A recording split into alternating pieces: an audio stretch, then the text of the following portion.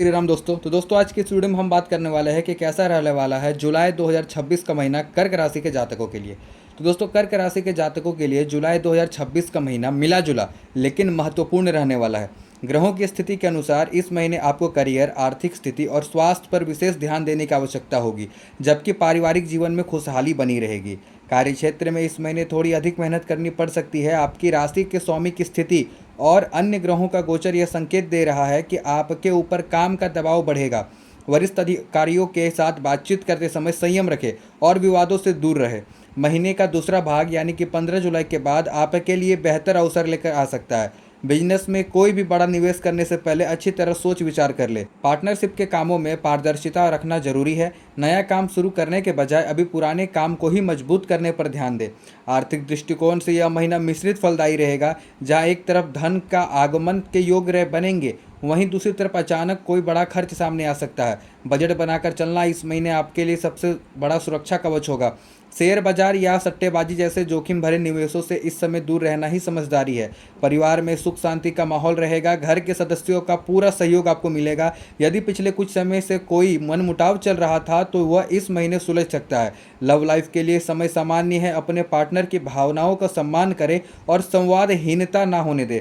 शादीशुदा लोगों के लिए यह जीवन साथी के साथ किसी छोटी यात्रा पर जाने के योग बन सकते हैं, जिससे रिश्ते में नयापन आएगा। इस महीने आपको अपने स्वास्थ्य को लेकर विशेष रूप से सतर्क रहने की आवश्यकता है।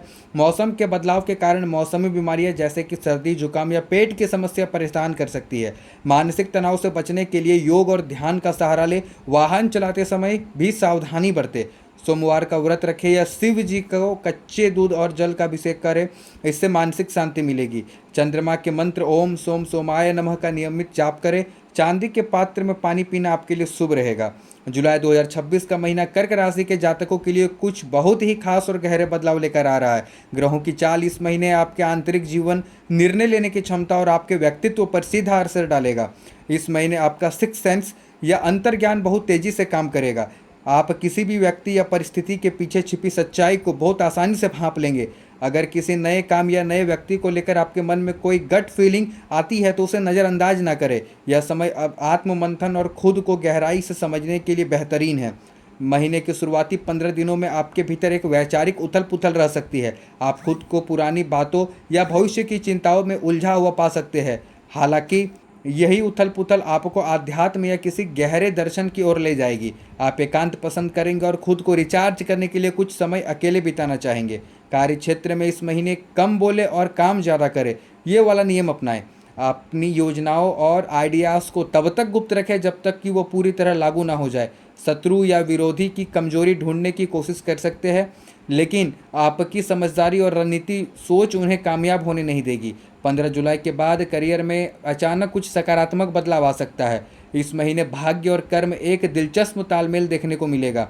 आपके लिए भाग्य अंक से जुड़े सहयोग अचानक कुछ नए रास्ते खोल सकते हैं। यदि आप किसी बड़े निर्णय में फंसे हैं तो अंक 2 या 4 या 9 से जुड़ी तारीखें या संख्याएं आपके लिए किसी न किसी रूप में मददगार या मार्गदर्शक साबित हो सकती है।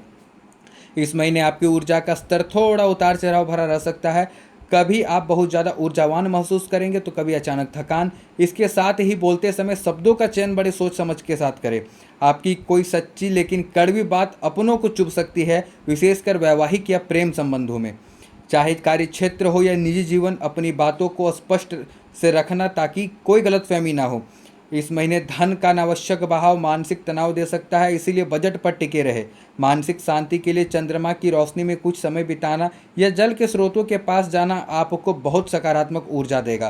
तो दोस्तों, यह थी संपूर्ण जानकारी कर्क राशि के जातकों के लिए जुलाई 2026 के महीने के लिए। तो और अभी तक अगर आपने हमारे चैनल एस्ट्रो आदि को सब्सक्राइब नहीं किया है तो कर लीजिए। मिलते हैं आपसे एक नए वीडियो के साथ, तब तक के लिए जय श्री राम।